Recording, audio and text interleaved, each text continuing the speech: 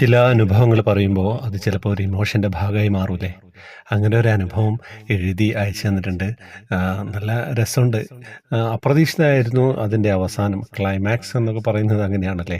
Climax ഗംഭീരമായാലേ കാര്യങ്ങളൊക്കെ ഉഷാറാവുള്ളൂ. അപ്പോൾ ഈ അനുഭവം കേട്ട് നോക്കിയാലോ. പൊന്നു ഗുരുവായൂരപ്പാ ശരണം. ശ്രീകാന്ത് സാറേ നമസ്കാരം. ഞാൻ ത്രിമധുരം ഗ്രൂപ്പിലെ ഒരു അംഗമാണ്. എൻ്റെ പേര് ഷീല സുരേഷ് ബാബു. ഞാൻ സാറിൻ്റെ ത്രിമധുരം ചാനലിലെ ഫേസ്ബുക്ക്, യൂട്യൂബ് കുറച്ച് കാണാറുണ്ട് കേട്ടോ. ഫേസ്ബുക്കിൽ എല്ലാം കാണുന്നുണ്ട്. എനിക്ക് ഒരു കൃഷ്ണാനുഭവമുണ്ട്. ഞാനത് ഇതിലെ കുറിക്കുകയാണ്. സാറിൻ്റെ ശബ്ദത്തിൽ വേണം ഇത് പറയാൻ, എന്നാലേ അത് പൂർണ്ണമാവും. എഴുതുന്നത് നീണ്ടുപോയാൽ സാർ അതിൻ്റെ കാതലായ ഭാഗം പറയണേ. ഇനി എൻ്റെ അനുഭവത്തിലേക്ക് കടക്കാം. 2007 ഞാൻ ഗുരുവായൂർക്കാണ് പോയത്. 2007 ഞാൻ ഗുരുവായൂർ പോയത്. പിന്നെ പോയിട്ടില്ല. ഭഗവാൻ എനിക്ക് ഭയങ്കര സ്നേഹമാണ്. അതെന്താന്ന് അറിഞ്ഞൂടാട്ടോ. ഇടയ്ക്ക് ഭഗവാന്റെ രൂപം മനസ്സിൽ തെളിയും. ഉറക്കത്തിൽ പിറ്റേ ദിവസം ഞാൻ ഓർക്കും ഞാൻ സ്വപ്നത്തിൽ കാണുന്നത് 2007 പോയപ്പോൾ കണ്ട രൂപമാണ്. അത് ഇപ്പോഴും എൻ്റെ മനസ്സിലുണ്ട്. പിന്നെ ഞാൻ ഗുരുവായൂരിൽ പോകാൻ എനിക്ക് പറ്റിയിട്ടില്ല.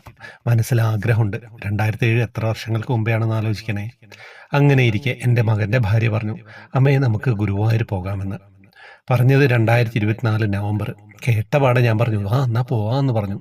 അങ്ങനെ ഞങ്ങൾ 2024 ഡിസംബർ 1 വൈകിട്ട് ട്രെയിനിൽ ഞാനും മോളും കൊച്ചുമോളും കൂടി പോയി. മകൻ കൊണ്ടുവിട്ടു. അങ്ങനെ ഞങ്ങൾ ട്രെയിനിലിരിക്കുമ്പോൾ കായംകുളത്തുനിന്നാണെന്ന് തോന്നുന്നു ഒരു സ്ത്രീ കയറി. ഞങ്ങളോട് സംസാരിച്ചു. ഞാൻ പറഞ്ഞു ഗുരുവായൂർ പോവുകയാണ്. പുള്ളിക്കാരി അങ്ങോട്ടാണ് എന്ന് പറഞ്ഞു. ഞങ്ങളുടെ കൂടെ കൂടിയിട്ടോ.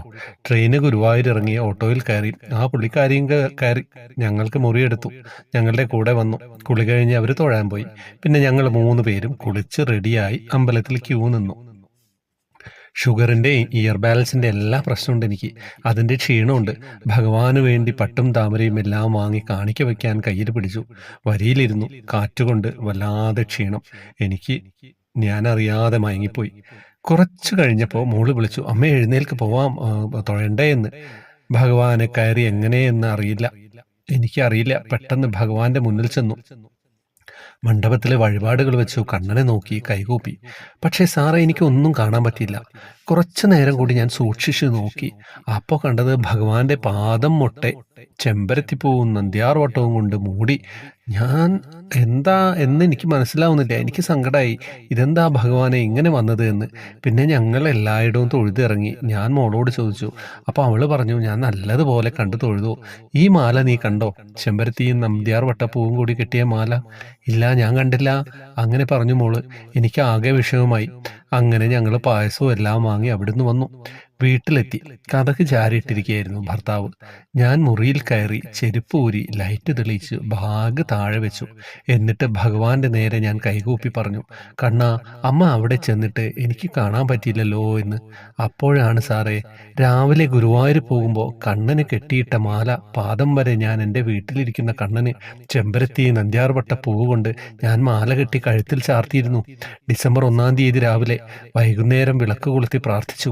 രാത്രിയിൽ പോകാൻ നേരം ഞാൻ കണ്ണനോട് ചോദിച്ചു, എൻ്റെ കൂടെ വരണേ കണ്ണാ എന്ന്. ഇവിടെ ഇരിക്കുകയാണോ എന്ന് ചോദിച്ചു. എനിക്ക് അതിശയമാണ് സാറേ. ആ മാല ഞാൻ കെട്ടിയ മാലയാണ്. ഞാൻ ഗുരുവായൂരിൽ വെച്ച് കണ്ണൻ്റെ കഴുത്തിൽ ചാർത്തിയത് കണ്ടത്. സാറേ, എൻ്റെ അനുഭവം അത് നീണ്ടുപോയി. ക്ഷമിക്കണേ. സത്യം പറഞ്ഞു കഴിഞ്ഞാൽ ക്ലൈമാക്സിൽ എന്താ സംഭവിച്ചതെന്ന് മനസ്സിലായില്ലേ? അമ്മ ചോദിച്ചിരുന്നു കണ്ണനോട്, എന്നെ ഒറ്റയ്ക്കാണോ പറഞ്ഞേക്കുന്നത്, എൻ്റെ കൂടെ വരില്ലേ എന്ന്. ആ കണ്ണനെ തന്നെ ഗുരുവായൂർ പോയി കണ്ടു എന്നുള്ളതാണ്. സത്യം പറഞ്ഞു കഴിഞ്ഞാൽ നിങ്ങളുടെ പൂജാമുറിയിലൊക്കെയുള്ള കണ്ണനില്ലേ, എപ്പോഴും നിങ്ങൾ പ്രാർത്ഥിക്കുകയും സങ്കടങ്ങൾ പറയുകയും സന്തോഷങ്ങൾ പറയുകയും മഞ്ച് കൊടുക്കുകയും മാല കെട്ടുകയൊക്കെ ചെയ്യുന്ന കണ്ണൻ അതിനെ പവിത്രമായി സംരക്ഷിച്ചു കഴിഞ്ഞാലേ അത് ഭഗവാൻ തന്നെയാണ് എന്ന് ഉറപ്പിക്കുക. നിങ്ങളുടെ കൂടെ ഉണ്ടാവും. നിങ്ങൾ സ്നേഹത്തോടെ സംസാരിക്കുക, നിങ്ങളുടെ പ്രശ്നങ്ങളൊക്കെ പറയുക. അങ്ങനെ പറഞ്ഞ് കണ്ണനും നിങ്ങളോട് സംസാരിക്കും. ആ ഒരു നിമിഷത്തിലേക്ക് എത്തിച്ചേരുമ്പോൾ നിങ്ങളുടെ ജീവിതം ധന്യമായി എന്നുള്ളത് മനസ്സിലാക്കുക.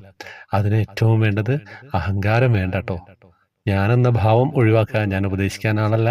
അങ്ങനെ ഒഴിവാക്കുക. മറ്റുള്ളവരെ വേദനിപ്പിക്കാതിരിക്കുക. വാക്കുകൊണ്ട് പോലും വേദനിപ്പിക്കാതിരിക്കുക. എല്ലാവരോടും ചിരിക്കുക. ചിരിച്ചാൽ ഒന്നും നഷ്ടപ്പെടാനില്ല. ചിരിച്ചു കഴിയുമ്പം അവർക്കും തോന്നും, എന്താ ചിരിച്ചാണല്ലോ, സന്തോഷമല്ലേ, ഞാനും ഒന്ന് ചിരിക്കാമെന്ന്. ഒരു കാര്യം ഉണ്ടായിട്ടുള്ള ചിരിക്കുന്നത്, ഒരു കാര്യമില്ല. അങ്ങോട്ട് ചിരിച്ചോളുക. എന്താ കഥ. ഗംഭീര ഒരു അനുഭവമായിരുന്നു.